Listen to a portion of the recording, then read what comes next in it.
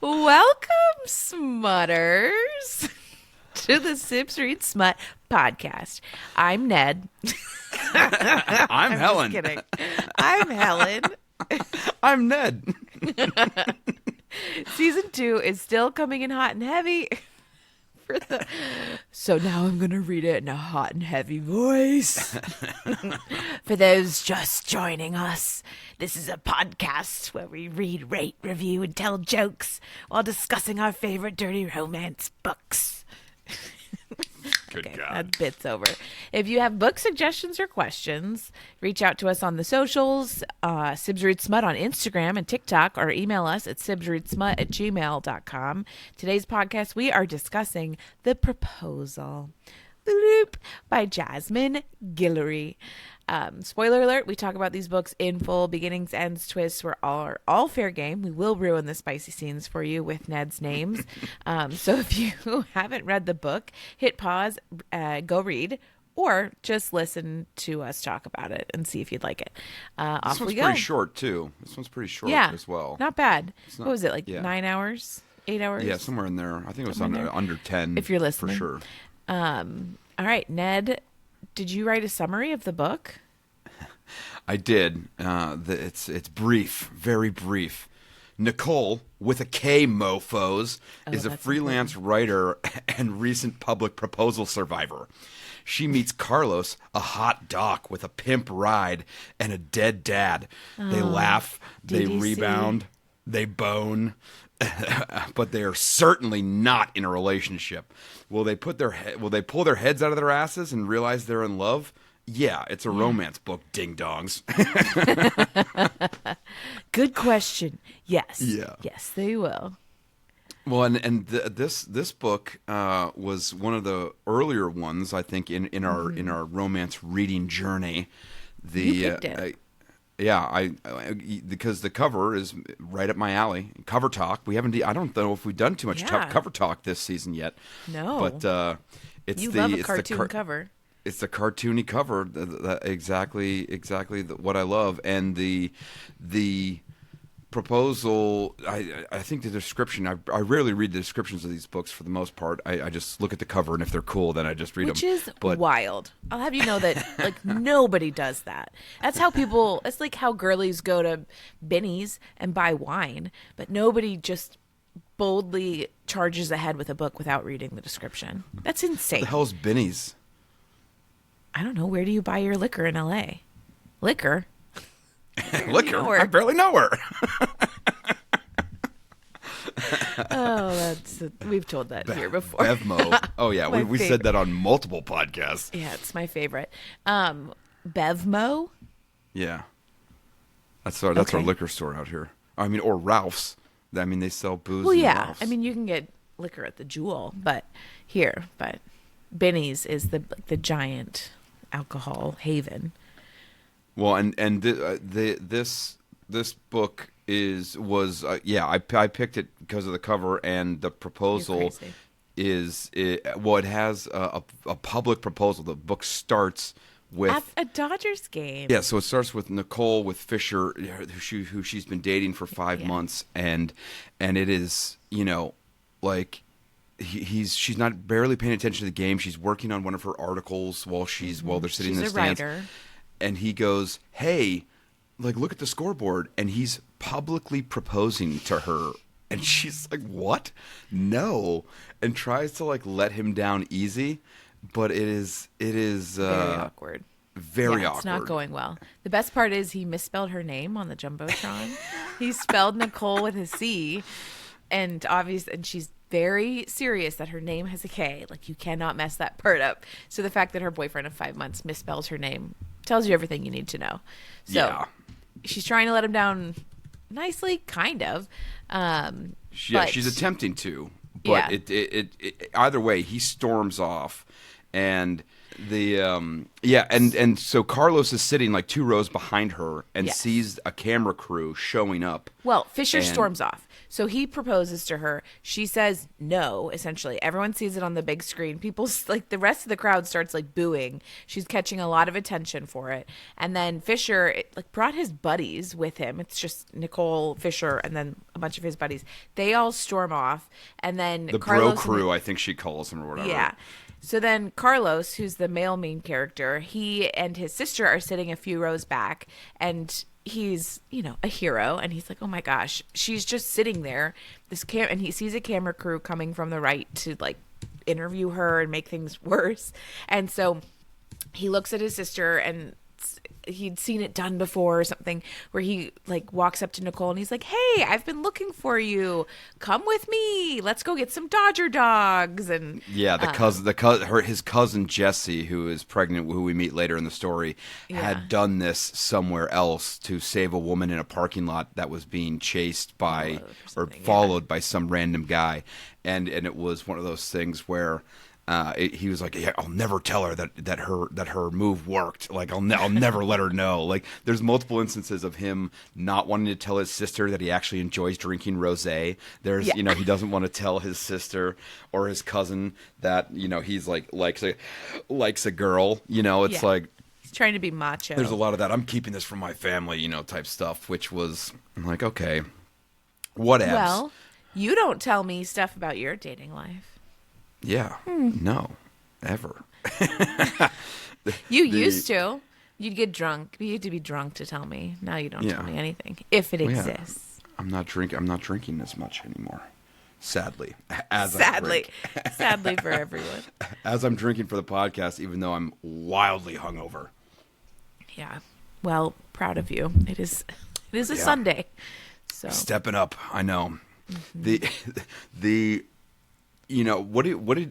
What did you think about the banter? I mean, this is our second time reading this book, so as we've now read many, many more, because I mean, I think we read this years ago. I mean, 3 or 4 years ago. It came out in 2018, and I think we probably read it in 21 or 22. Yeah, somewhere post pandemic, I think. I loved the banter in this book. This book felt cozy and like comforting.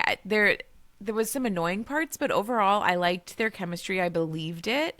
I like the way but I'm a Jasmine Guillory fan.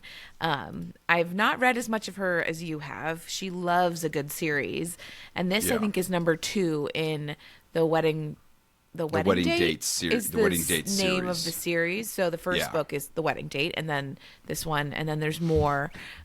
There's 6 of them total, and all of the characters are in all of the books in some way. So like, this is, when you read the first book, this is one of the side characters.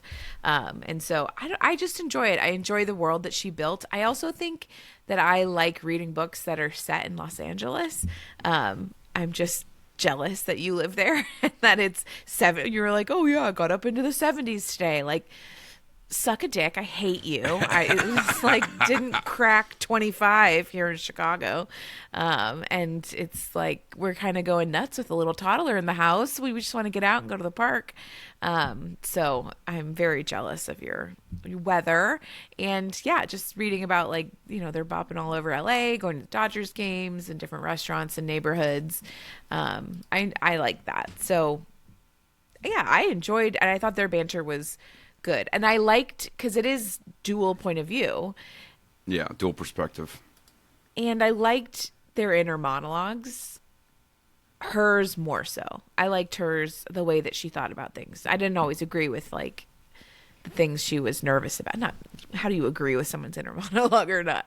But, there were times when she was like, really, should I go to the hospital? Should I not? She's like, what should I do all this stuff? And it's like, yeah, girl, just go for it. Yeah, so, what about you? I think the inner monologue. I think their dialogue back and forth was good. It was okay. I mean, Jasmine Guillory is a good writer in general, and their banter back and forth was good. I don't think it was the best dialogue we've ever seen between characters, but they had a connection, and I think you could see that on the page, and also the sure descriptions of like the food stuff. It's very food porny. This is like the French book that we read, where they, they're talking about the cheesy pizza with the pepperoni, the crispy pepperoni, and crispy baguette and your soft cheese. No, well, that's from that book. I'm talking about. Yeah, I'm talking this book. They're talking. They got pizza at the very beginning, and they're like, "Oh my god, the gooey cheese and the crispy pepperoni," and it made me laugh because she was like, "Never in LA do you get 5 people who are like nobody's vegan or gluten free." Oh yeah, well, and then I have a note in here too, going. Someone said. What are you? You're a hipster, and he's like, I don't have a beard or warbly porker sunglasses, glasses, and I'm like, I have warbly porker Warby Parker, warbly porkers, but I have Warby Parker glasses and a beard. I'm like, no one has ever accused me of being a fucking hipster. I don't know, Ned. You've got a cardigan on. I think if you grew out a man bun, or even like got extensions, and like just glued a bun onto the back of your head, I think you could pass as a hipster. No, that's not going to happen. But the food porn, food porn is the cheesy pepperoni pizza, the cupcakes. There's Thai wings that she gushes about in there. The pork belly. There's the taco date where they taste test 6 different kinds of tacos, and then there is enchiladas. The enchiladas, and there is the risotto when he makes her risotto too, which I was like, and those that's 7 different wildly descriptive food scenes in a book, and but they also don't specifically talk in this book about her size. I was just going to ask you that. Like, how are you envisioning her? Like, is she thicker, or is she like me? I envision her a little thicker. Like, I mean, you can't really tell from the cover, because the cartoon cover, you can just see her head. I don't think they have. They didn't include multiple chins. They do have one, a full. Of them standing up, and she's not thick. I mean, she's not a waif, but she's not she's not Ally McBeal. No, but you read like books where they're specifically overweight or like they're chunky, larger. They're big girls, and use the word chunky, but yes, where the main character, but that's like part of the story is like their weight and their size. Yeah, and that's one thing where it's like, okay, every single big girl in their universe gets the hottest dude that's ever existed ever in the history, and I'm like, okay, books written by women for women, okay, every big girl can get the the charming, the Prince Charming or whatever else. I'm like, doesn't seem very realistic to me. But hey, that's just one man's opinion. Also, like, the hotter you are, you probably don't have a great personality. That's why we're so funny. I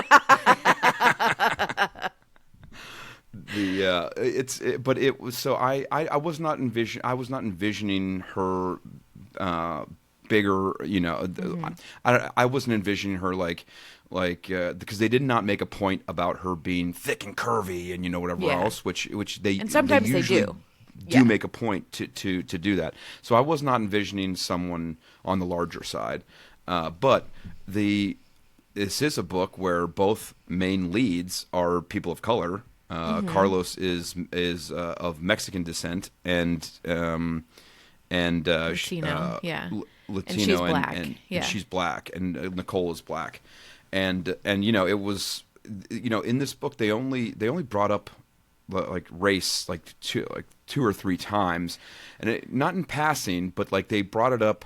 There were 3 instances that I clocked after the failed proposal at the Dodgers game. She comments she's getting hate mail and emails and a lot of flack online, and she comments the video went viral, and so she's catching a lot of. but she comments that a black woman dumping a white man at the game, is causing a lot of vitriol or whatever else, which was a direct comment on race, whatever else. Yeah. The other instance was while they're making out in the hills while delivering cupcakes. They're making out, and Nicole says to Carlos, "Not many people that look like us live up here, so maybe we should be on the lookout and not get caught making out in front of like these cars." And Carlos is like, "Yeah, probably shouldn't get caught up here, whatever." Yeah. And then Nicole goes with Carlos to dinner with Drew and Alexa. The main characters the of main the characters first from book. of the first book, and neither Carlos or Drew told their significant other that they were dating black women. So Yeah. they show up and they meet each other, and both women are black, and they're like, they go to the bathroom at one point together, and they're like, "Did he tell you that I was black?" And she was like, "He did not." And it was, that was like the only I liked that moment though because her internal monologue, the Nick's, before going to this dinner, she was really nervous to meet his friends, and I think she was just like feeling very insecure and not sure how the dinner was going to go. And so when she showed up and Drew's wife or girlfriend or fiance, whatever, was black as well, she just sort of settled a little bit. Like she was like, you know what? Okay, I feel better. I can do it. She felt very comforted by that. And so I liked that moment for her. I liked hearing her inner monologue too. But we haven't really told the story of what happens. I feel like we're jumping ahead here. So the proposal fails. The video goes viral, and while it's going viral, so they're leaving the stadium. Carlos and his sister are like, "Hey, we'll give you a ride back." And I like her, I like her internal monologue where she's like, "I'm just not going to get in a car with a stranger and drive across town, but it's convenient and I don't feel like waiting for an Uber, so I'm going to go." So she she takes a picture of the car and texts it to her friends like, "If I'm dead, this is the car to go get," whatever. Yeah, find these people.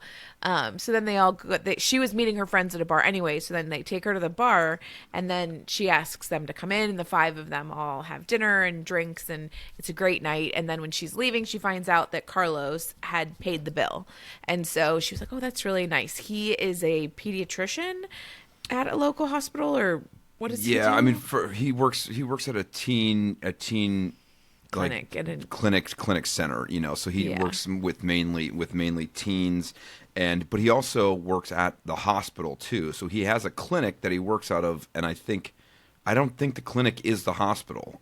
Unless I was it could misreading be like that. an outpatient building on campus or something. I don't. Because he had an office in the hospital where Jesse, his cousin, was having the baby later on in the book. So he, pays for it, leaves. She's intrigued by this, and he had told her that he worked at the hospital. So she goes online. She's a reporter. She's a journalist. Investigative reporter and journalist. Yeah. So she's like thinking about him when she gets home. She's like, he was really cute. I liked him. We had a good time. Good rebound material. Yeah. So she just broke up with Fisher. So she's like, how do I find him? Oh no. And then she's like, wait, I'm an investigative reporter. It takes her all of like 2 minutes to find him online. She gets his email address, emails him gets his hospital, goes to the hospital website, finds him, figures it out, and sends him an email. And then very You've Got Mail, very LA version of like You've Got Mail for sure. Which but only lasted like 3 emails back and forth before they're like, "Hey, give me your phone number. This is dumb sending emails." But also Fisher during this same time when everything's blowing up is sending Nick increasingly vicious texts and mean shit and watch out and bitch and like all this other kind of stuff, and it's getting a little on the radar of scary for her. She's uncomfortable. It's uncomfortable, and they finally decide to get dinner or whatever else as a thank you for paying for all the drinks and whatever, and they have like a couple chance run-ins, like one at the bookstore where he's buying a bunch of murder books, which reminded me of you, and all you're listening to, murder Crime podcasts junkie. and all that crap. But he's also like, they go on their first date to the Thai place and get a bunch of food and whatever else, and she, it's like, oh, I love girls that can eat, and whatever, and they're like, they order more food than they could possibly even finish, and the spiciness factor goes up, and she's like, hey, will you come home and check at my place out? Or he offers. He offers. Yeah, he offers. And again, but she says, like, but she has this very, like, I don't know if I need a man's help, but then it is nice for him to come over and do this, like that kind of. You didn't like that? Well, the female empowerment mode of it, I was like the wishy-washiness of it was like, I should be stronger, and I did not love that inner voice for her. I mean, she went and started taking boxing classes. She started learning how to protect herself. She started learning, how to work out and take care of herself. And I like that. I think that was great. I think that part of the inner monologue for me was, annoying, semi, almost hypocritical. Like, yeah. You either take his help and say thank you, or tell him you don't need his help and move the fuck on. But instead, you say, you in your internal monologue is going, no, no, no, no, no, I don't need a man's help. And then outwardly you're going, yes, please, can you check my place? And then getting mad when he's like, let me check this room out for you, whatever else. And it's like, well, don't tell me what to do. She didn't get mad. I don't know. I think you're being a little harsh on her. Because I agree with you. What is situational awareness? You have situational awareness. That is a very you're not quite a prepper, but you have you prepare for things. Like you carry a knife, you're always ready, you know what's going on. I think you have a whole lesson plan to teach my daughter how to protect her carnal treasure. But I think there's an honesty to being a woman, and when people she lives alone, she's nervous. There are threatening messages coming in, and I feel like those, she didn't have to say them all. I mean, she didn't say them all out loud. That again, it was her inner monologue. Where she was like, okay, I could call a friend, I could go to a friend's, I could do, she went through all these things, or I could have this guy who I relatively trust so far, come in and check with me, but I don't want to have to need somebody. And I kind of felt like that was real in terms of women being nervous and anxious. And she said something too at some point where she was like, I would yell at a friend for doing this, but also I would yell at the friend who didn't do this and then something bad did happen. Yeah. And then that's worse. When you have a gut feeling about, you're concerned, you have a gut feeling about the concern, then you ignore it because you want to be strong female. That's not the part of the thing that I had the problem with. My thing was, you accepted the help and then you judged how he was helping you. Where they're walking through the apartment, and he's like, "Let me check the rooms out. Let me check all this stuff out." And she's like, "Well, don't put me aside. Don't run down the hallway. Don't do this. Don't do that." And it's like, well, either you take his help or you don't. Shut up. In the nicest way possible. But you just got a bitch slap from every woman in America. Oh yeah. Then they're having the rosé, and he's ogling her boobies as her shirt's sliding off the shoulder, and he's not sure if she's giving him the signals, giving him the high sign for the Okay, and thank you. And he just says goodbye after their first date and leaves. And she's like, well, I thought I was throwing out all the signals. And he was like, I couldn't really tell if she wanted me to make a move or not. And then after they do the cupcake delivery, then they bone. But we get to know some of his backstory. Mm-hmm. His dad died a couple years ago. He bought this ridiculous car.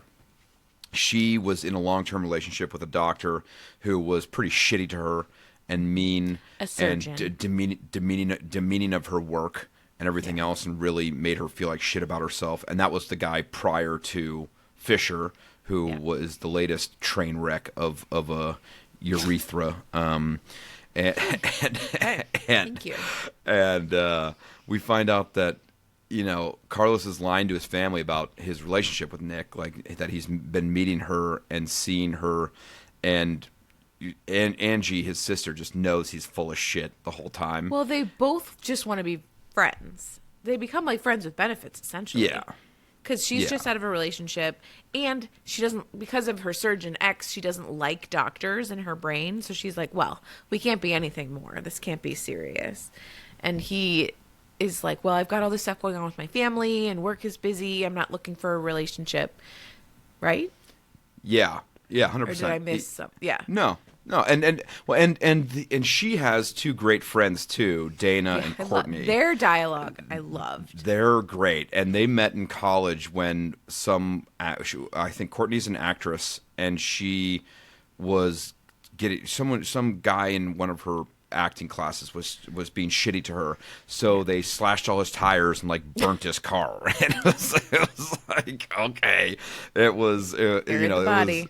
Yeah, and they have a great relationship where it's like, oh, Carlos hurt you? Okay, so we're gonna burn his house down. Yeah. And it's Noted. It's very it's a very fun dynamic. It's a very fun relationship.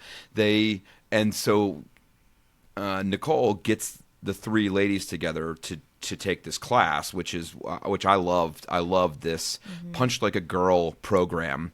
Yeah. It's a 6-week course of female self-defense where it's a female-only gym, sliding scale. Like, I liked how much detail they went into about it because it's important to be in a space like that and have spaces like that where you can learn stuff that's not like, they even go into it where it's like most classes for especially women taking self-defense is like a guy in a big suit and you just kind of go around and punch him. This is like, no, it's a little female empowerment, along with teaching them how to throw a punch, teaching them how to actually beat somebody up and use. So I loved it. I loved this description. Several times in my life, in my adult life in Chicago, I lived alone for a long time. So I have taken a couple of these classes, not like the long one like she took over the weeks, but I made my friend Liza go with me to this class. It was somewhere in the West Loop of Chicago. It's like a one-day thing. And we show up and I was just expecting, like, I'd been to LA mating call. I'd been to self-defense classes before, and it was just like they're teaching you things. This class, we show up, and she's like, all right, we're going to everyone run 20 laps around this gym, and then we're going to do some suicides, and then we're going to do, like, frog hops.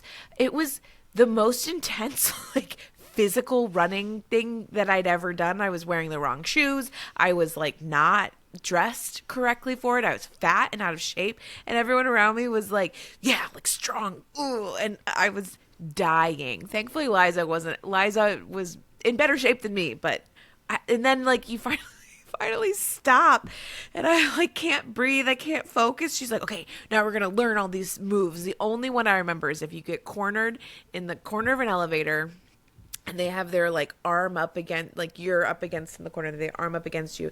You put your arm straight up and you pull it down, and that like breaks their grip on you.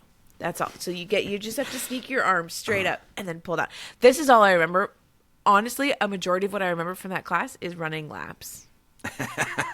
Well, I mean, before you moved to Chicago, I taught you how to throw a punch, and that was a terrible decision because then you could actually hit me pretty hard afterwards. Really? Oh yeah, in college I taught you how to throw a punch. I took boxing exercise classes. You were a wild woman. I was a wild woman. But the signs for this Punch Like a Girl were sparkly. Yeah. It's like sparkly signs and a badass attitude, which I love that entire experience. But sorry, you were about to highly recommend expound on your boxing classes. Oh, I took boxing classes here at some gym near my house, and I had to buy boxing gloves, and I loved it. It was great. Like, you had to wrap your hand. It was really cool. And then I took partner at the time to class, and he had to leave and throw up in the middle of the class because it was so hard. And I didn't. I felt really cool after that. Yeah.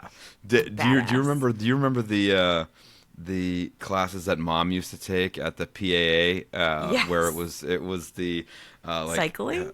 No. It was like shadow kickboxing. And it was like, you know, it was like, okay, kick a midget in the face, you know, like that's how high all these old ladies could get their legs up. And it was like, say that. little person, kick a little person in the face. But that's how high all these old ladies could get their legs up in the air. Yes, the PAA was a hilarious place, and then they would all go geriatric workout facility. very geriatric, and then they'd all go in like the sauna. And be like, yeah. Oh, that was tough. They're lavender sprigs. Yeah. Anyway. The the stereotype of doctors not seeing doctors, you know, was in here too, like where throughout the whole book, Carlos is being told by his family, go see a doctor. Your dad died of a very sudden heart attack, you know, whatever else. Which another book with parental death in it. That we can add this to the list of Dad Club. Yeah, we can add this to the list of like the 15 books in season 1 that had parent death. At least. But the so then the bookstore shopping, they're buying all these books and gets them a whole bunch of cupcakes, and I have a note in here. Helen scares the shit out of herself with that stuff as well, the true crime docs and everything else. I sure do. And you know that, and so like that was another accidental bump in, and they still haven't even boned. They still haven't even boned yet. Before we get to the boning, the women reading true crime is like, people have studied it scientifically, and I don't know. I know there's many reasons why women read it, but a lot of it is for self-protection, because there's something in your brain that if you read about it and you know like what could happen, you can prevent it. Not prevent it, but like be aware of it and more alert to it. So I'm just saying, don't be rude about the true crime because it's women protecting themselves, okay? Your situational awareness is dog shit. How is this protecting you against anything? First of all, my situational awareness is not dog shit. I know people who have dog shit situational awareness, and that is not me. I do not wear headphones at night. I do not like. You almost got thrown off the Golden Gate Bridge. I mean, that was not my best. Well, that moment, it was loud.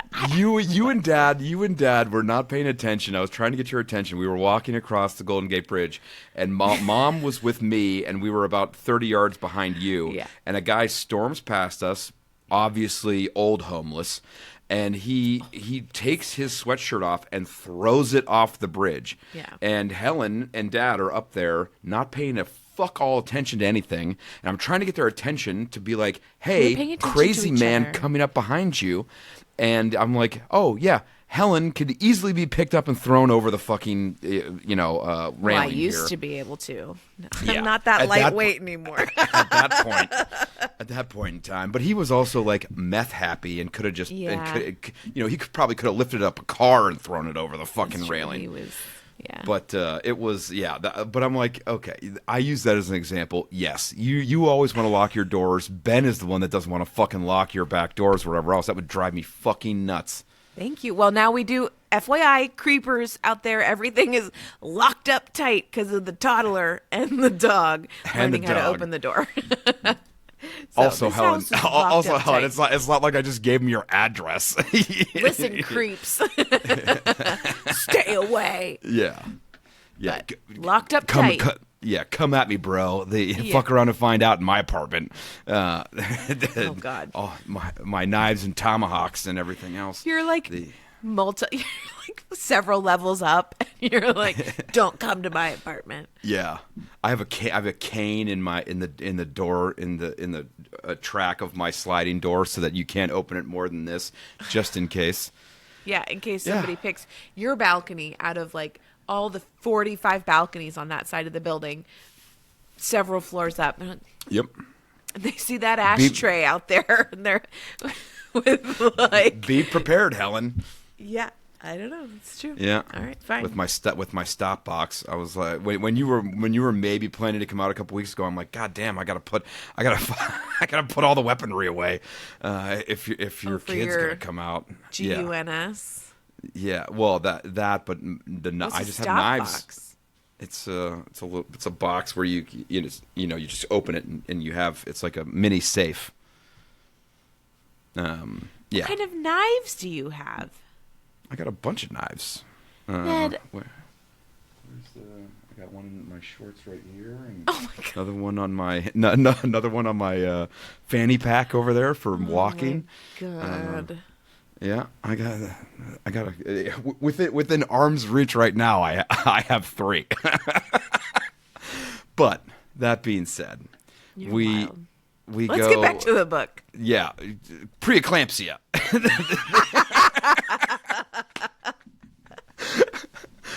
Is hilarious. Yeah, It's not, folks. The cousin Jesse of Carlos has preeclampsia, and it is, giving the whole family stress and really setting setting Carlos off, and kind of triggering all of his protective instincts and everything else, and he's being a little overbearing on her, and she's like, get the fuck away from me, I'm okay. Yeah. And then she gets nervous and is like, oh wait, actually maybe I do need your advice. And then it's like, well, no, now you're overbearing again, leave me alone. And then she ends up having complications and having to have the baby early. Yeah, but we'll get there. But 26% in, I mean, decent first quarter of the book. The almost kiss cousin cockblock, I called that. Technically not a sex scene, but they're about to like do the first makeout and first kiss, and then pregnant Jessie texts him or something and totally breaks the mood, and that's where they have the hipster conversation about, I don't have a beard or warbly pork or glasses. I'm like, God damn it. Oh, and then they start making fun of Chipotle at some point. I'm like, I will die on this fucking hill. I think a lot of people in LA would not die on that hill with you. You're in LA and you're like, I love Chipotle. It's the number one. Yeah. There's I'm not saying I wouldn't go to a taqueria and get other tacos, Victoria's Tacos. There's a bunch of great tacos out here, but Chipotle is fucking delicious. And then then they have the cupcake emergency, and then now they start getting into the boning. Then they start getting 35% in. I mean, that's still a decent. That's pretty early. Early thing. And I just called this one, My Dad's Dead, Now Kiss Me. He tells her why he bought the car with the dad's death money, and then they, after the emotional ejaculation, they finally kiss, and then the AAA driver honks at them while they're like totally. He's like pinching her nips in the front seat of the car and like honks the horn and like kisses interruptus in the front seat by the tow driver because he ran out of gas in the Hollywood Hills, and then they were like, okay, they go back to her place, and 37% was the first no pants dance, couch boning, lots of downtown, mouth sexing. There always is in these books. Yeah, and it was pretty hot. I mean, it was. I think there was like of the sex scenes. I think there were 2 or 3 that were full open door, and other ones were like they're a little make outy, and then it was closed door, like, or it not closed door, but it just closed door because it skipped it. It just went. The understanding is they went and had sex, but it didn't go into detail about it. And I was like, okay, how many do I have here? Not counting the almost kissy, you have 1, 2, 3, 4, 5. You only have 6. There was only 6 scenes in here, and I mean, and for not a terribly long book, I mean that's an okay ratio. It wasn't Flock with Kate Stewart where there was like 13 or whatever. No. But they go, they're both talking about, I only want this to be a fling, and they're both on the same page about it. I'm like, famous last fucking words of wanting a rebound fling. Like, okay, of course it's going to change. Your feelings are going to change, whatever else. And I also thought, what did you think of the taco rating date? I thought that was a fun little thing where he didn't tell her what he got. 6 different tacos, lined them up, and said, "Tell me which ones you like best." And it was like tripe and cow tongue and brains, and I've had most of that out here too. Yeah. But it's like she didn't know what she was eating. She just ate the tacos with the salsas on it, and then ranked them, and was very surprised at the order in which it was. But I thought that was a fun, flirty date. Oh, I like that. And I mean, they'd already established that she didn't have any dietary restrictions, so it was respectful for her. Yeah, I thought that was really fun. I thought that was a good date. And like you said, he's of Mexican heritage, so like that was a fun, callback. And then he talks a lot about, again, back to the food with like the enchiladas and making food for his friends. And I thought that was a great date. I liked their chemistry. And at this point, they're still just friends with benefits. They're both they've only had... Oh, they've been hanging out a fair bit at this point. Yeah, I was going to say this was their... I mean, this might have been their second date, but I think they've been spending a lot of time together, throughout the weeks. And so, 50% in was the post-tacoing. That was behind closed doors. I feel like you could have really run with that. Like you were talking about like cow tongue. You could have done like a pink taco or which is an actual restaurant out here. I feel like you could have done a little better. Yeah, I thought the next one was pretty good. 51% Captain Crunching on that clit.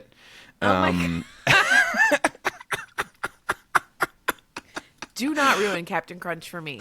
That is my favorite cereal. That was some morning sexual relations, and then they had the food porn risotto, which was so the 59% in, you had the post risotto punani, and it's the first time that they banged at his place, his bachelor pad, and that was a pretty spicy taco. That was a pretty spicy scene. The other ones, the morning sexual relations was brief. It wasn't very long. None of these scenes were like L. Kennedy, 15 pages of like intricate sex boning work. It was spicy but quick. All of these scenes were relatively quick. He wasn't quick. It was just she didn't elaborate. Yeah. Well, and now comes this I think both of our favorite scenes was the cooking of the enchiladas. And she's ripping the spicy peppers up without gloves or on her hands or whatever, and she's touching her face, and suddenly her face is just burning, and it's like, oh my god, she's like, my face is on fire. But he realizes that she's not wearing gloves, and he's like, wait, why aren't you wearing gloves? Oh my god, let's wash your hands. So she washes her hands, and he's like, okay, I think we intercepted the oils, and your hands are going to be okay. And then suddenly she's like, wait, but my face is on fire. And she starts losing it. He's like, did you touch your face? And she's like, I don't know, I guess so. And it's very funny. And then it was very funny. Like a doctor, and he's like, well, okay, we can fix this. And she opens the fridge, and he starts, I don't even remember the names. He's like, okay, well, if we use milk, but milk is better for this kind of burn, and capsaicin, she's like, shut up and help me. He gets a tub of sour cream and has her just wipe it all over her face, rub it on her face. And then they start cracking up at each other, and then he starts laughing, and she's like, "Stop laughing at me, my face hurts." He drags her to the bathroom, and is like, "Just look in the mirror," and so then they both start cracking up, and then fast forward, she's now just living with this sour cream on her face, and then they're cooking still, and he goes into she starts getting all sexy with it, and just a big patch of sour cream just falls off like right under the counter or whatever, and they start laughing their ass off again. It was that was a funny scene. It reminds me of Mrs. Doubtfire when she like comes Oh, up from the hello, fridge dear. and she is like, puts her face in the pie and comes up. All the whipped Hello, cream, dear. But yeah, that was very well written. So, but while they're making the enchiladas, then he gets a call from Jessie that she's gone into preterm labor and has to and has to go straight to the hospital to have like an emergency C-section. So he runs out of their enchilada making section before he can put his meat in the wrap. What is those called? Tortilla. Before he can put his dick in the tortilla, he has to go to the hospital and be the hero. You kind of just lost your train of thought there, Helen. 100%. I know. I saw my candle flickering and I was like, that. Squirrel. Shut up. I need to go to bed. So he runs off and Nick actually takes food to the hospital unprompted, and at first Carlos is like, well, I don't want her to meet my family. I don't want her to be here. Weird, and then he's like, oh, I guess it's okay. And she's in her head about this too. Like, is this too far of a step? Whatever else. And then 78% in, and it sends them both into a tailspin. Yeah. And then 78% in, it's let's make a better looking baby. They have sex after the birth of the kid, and my subnote to that is after hospital tube staking. That doesn't even make any sense. It really doesn't. It's not too intricate either. It's another one of those some of those quickies, but that's also the last sex scene in the book, because the low point happens pretty much the next day when Carlos lays it on the line and goes, you know what, I love you. And she does not take that well. And he does not take her response to that very well. No. And, I wasn't looking for a relationship. And Nick is aghast and just wants things to, stay the same way. And Carlos storms out like a huge baby and is like, we're done with this conversation. And just like stomps out of there. And then they're pretty much just both miserable for like a week or two.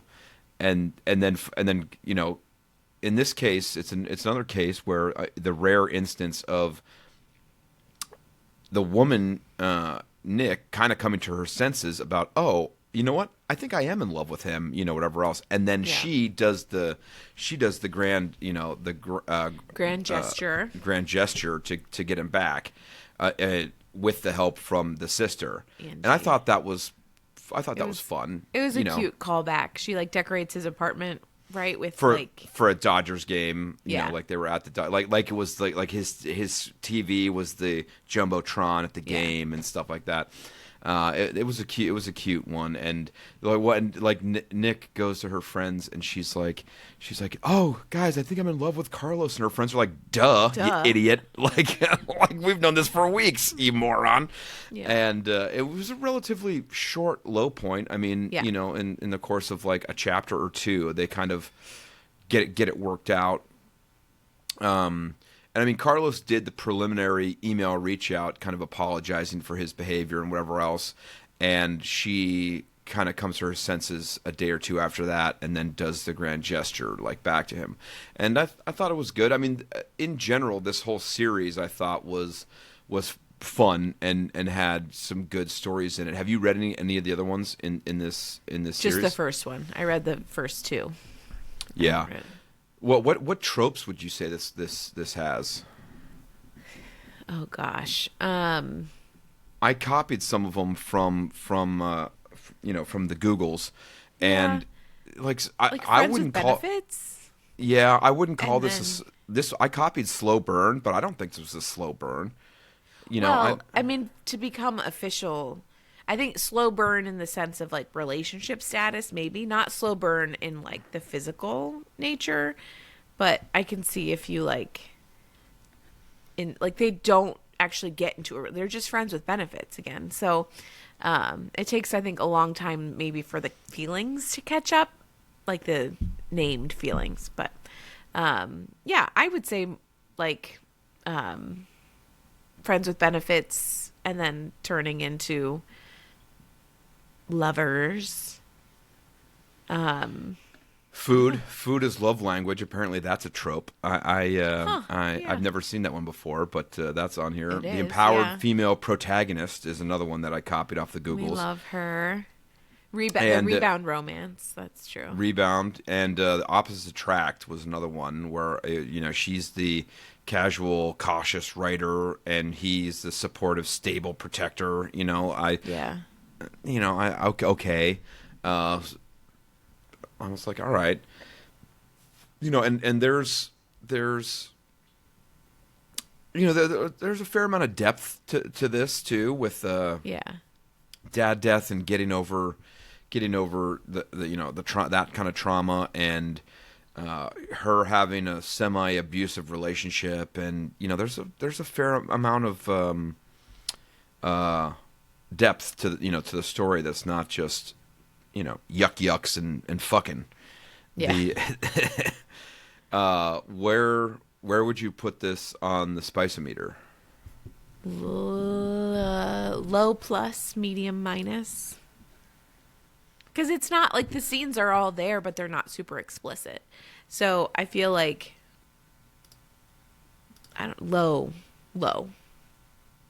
I feel like it's a good starter romance. Like these are very accessible romance novels. They're flirty, they're fun, they have some heat, but like I would let mom read this and not be embarrassed about it. What about you? I'd go medium. I mean, I don't think it's tame, and we are not adding another category to our fucking list. So, tame or medium, and I would tend to go like some of the Sarah Adamses are tame. This to me. Oh, they're like Gage had one spicy scene. I would go that could go tame. This had 5 or 6 open door scene, or 4 or 5 open door scenes, and some of them were pretty spicy. I'd give this a medium. I'd go medium. Fine. You talked me into it. Medium. But yeah, the rest of the series is good. I think Who are some of the other people? Are like her friends? Who are the main characters in the other books? Oh yeah, so it's so Drew and Alexa is book 1. Book 1. I read theirs. Book 1, yeah, and then the wedding party is who is it? It is Alexa's their best friend. So it goes back up north to Alexa's Maddie and Theo, which were characters in the first book as well. They were friends of Drew and Alexa. And then she is the stylist that helps her go through there. And then the third one, or the fourth book, is like one of the moms goes to England. Maddie from book 3 goes with her mom to England for some royal holiday bullshit. Right. That was a fun one too. And then, yeah, we don't need to sit here and recap all the main characters of these books, but I don't think there are any of the people. I'm just looking at the list now. None of them are really the characters from this book again. No, I mean maybe very side characters, but I don't think so. Well, yeah, but we don't see Courtney. We don't see Courtney or Dana get their own books. Yeah, maybe some other. And I mean, and honestly, the only reason why we came down was because Carlos is Drew's best friend from book 1, who helps him through that. So it's like that, everybody else is up north in the Bay Area. Yeah. Do you have up the Mad Lib sheet today? I do. I already wrote the name up there, so you can't guess. I forgot that you were going to try and guess who was doing these, but I knew who you were going to text. Do you want me to read it? Yeah. Yeah. All right. I do all the work on these, so you have to read it. And Ned said I'm not allowed to read the prompts first or the answers. I just have to don't read read it. the answers. Yeah. Well, and this one actually works. A lot of them actually work, so it might be hard to pick out the words, the fake words, but we'll see. Hit it. All right. The catastrophically unhinged proposal. In the crispy town of Lawrence, our hero clutched a tiny house and prepared to propose. As a professional teacher, known for laughing at the worst possible moments, they felt confident this would go smoothly, despite wearing only their lucky shirt and holding a bouquet of phones. They had chosen the most romantic spot imaginable, the Eiffel Tower. In Lawrence. Yeah, the Eiffel Tower in Lawrence, yeah. Yeah. Just as they dropped to one knee, someone yelled, "Bang!" And our hero wiped sweat from their toes before revealing the ring, unfortunately taped to a Nintendo Switch. Ever since you walked into my life, they began dramatically. I knew we were meant to be. Their beloved blinked. You thought we were a situationship? A lone cheetah made an ominous noise in the distance. Silence fell. The shirt flapped in the breeze. The bouquet of phones tumbled to the ground. Hello. The Nintendo Switch rolled away. It was, without question, the most pink proposal in the history of Lawrence, and thus love updated its status to situationship. Yeah. That was interesting. Great answers by Lauren. You can tell she has like an 8-year-old boy. Yeah, Nintendo Switch. I would have never even thought of that. But yeah. I need to read these a little bit better from ChatGPT before I was going to say the story doesn't quite hold up, but make any sense. Yeah, 100%. And for the record, their beloved blinked was not that was not from Lauren. That was like what ChatGPT wrote. Yeah, that was just part of the story. That was just part of the words. The would you recommend the book? Yes. Yes. I like Jasmine Guillory's writing. I think she again, it's not too heavy. It's very enjoyable. Great beach read. These books, all of them are standalone as well. You definitely don't need to read them in order. It's fun to like know the connections, but definitely standalones. Yes, absolutely. I would recommend it. I think any of her books are great. Grab and go. And I appreciate that it's not that she sort of, her characters are a little bit different. And I just really like the perspective she writes with. Yeah, and different than like a typical romance. I feel like what we see a lot. So, yes, for sure. In what way is it different than a typical romance? That she writes characters that are like characters of color, like that the main female character is black and he's Latino, and like that it's not a huge part of the story, but it comes up. So I just appreciate, and there is a lot, I think a lot about his heritage with his mom and his aunt and cousins, and there's good representation in all her books. It's a wide mix of characters and heritages and backgrounds, socioeconomic, levels, and it's representation wise, it's exactly what you would hope for in a book that it tries to give a unique perspective about some of the richest cities living in San Francisco and LA. It's like, okay, they could all be doctors, they could all be whatever. In the first book, it's a doctor and a public servant. And in this book, it's a doctor and a freelance writer. In the third book, it's a stylist, and I forget what the guy's doing in that. I don't think any male or female main characters in any of the books. I don't remember if there's any of the main characters. Well, her best friend in this book starts dating the head of the Punch gym. Like a Girl class. Yeah. But Anyway, Do carry you know on. what? Do you know what we are reading next week? No, and I was trying to cheat and look it up. Now I don't know where to find it. I was trying to go into our Google Drive. You tell me. What are we reading? It is "Dirty Like Me" by Jane Diamond. Oh, This is a first read for me. I've not read this one before. I read this book. Ooh, it's a spicy meatball. We do have to love this one. We do have to come up with our rating system for the website, and we say spicy meatball a lot, so we might need to figure out how to put meatballs on there without them looking like nutsacks across the rating system. Was it the movie The Wedding Singer where Adam Sandler is like taking piano lessons or giving piano lessons, and the lady pays him in meatballs? And she's like, "Put your hand out," and he just puts his hand out, and she puts a meatball in his hand. Maybe it's not. I The don't Wedding Singer. I don't remember that. I don't know what movie it is, but That's anyway, hysterical. That's what I think of. I remember him getting meatballs. I do not remember which movie it was, but yeah. So "Dirty Like Me" is coming up next week. First read for me. Second read for me. We will see. I do not. Right off the bat, the cover is dude without a shirt on. Real life, not cartoon. My favorite.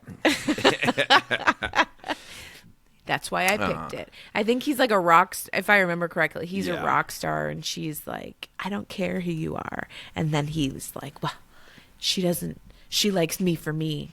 Yeah, she's a barista or something, I think. I once again did not read the description of the book. That's just literally the cover of it. It says something about rock star on it. And I was like, okay. But yeah, so "Dirty Like Me" coming up next week, Jane Diamond. And, I think that's a wrap. I think we've said everything we need to say. If you're liking our bullshit, hit that like, rate, subscribe. All of our yucks generally shower us with praise. Thanks for listening. And tune in next week, Smutters. Stay smutty. Stay smutty. Ciao. Goodbye. Goodbye. Goodbye.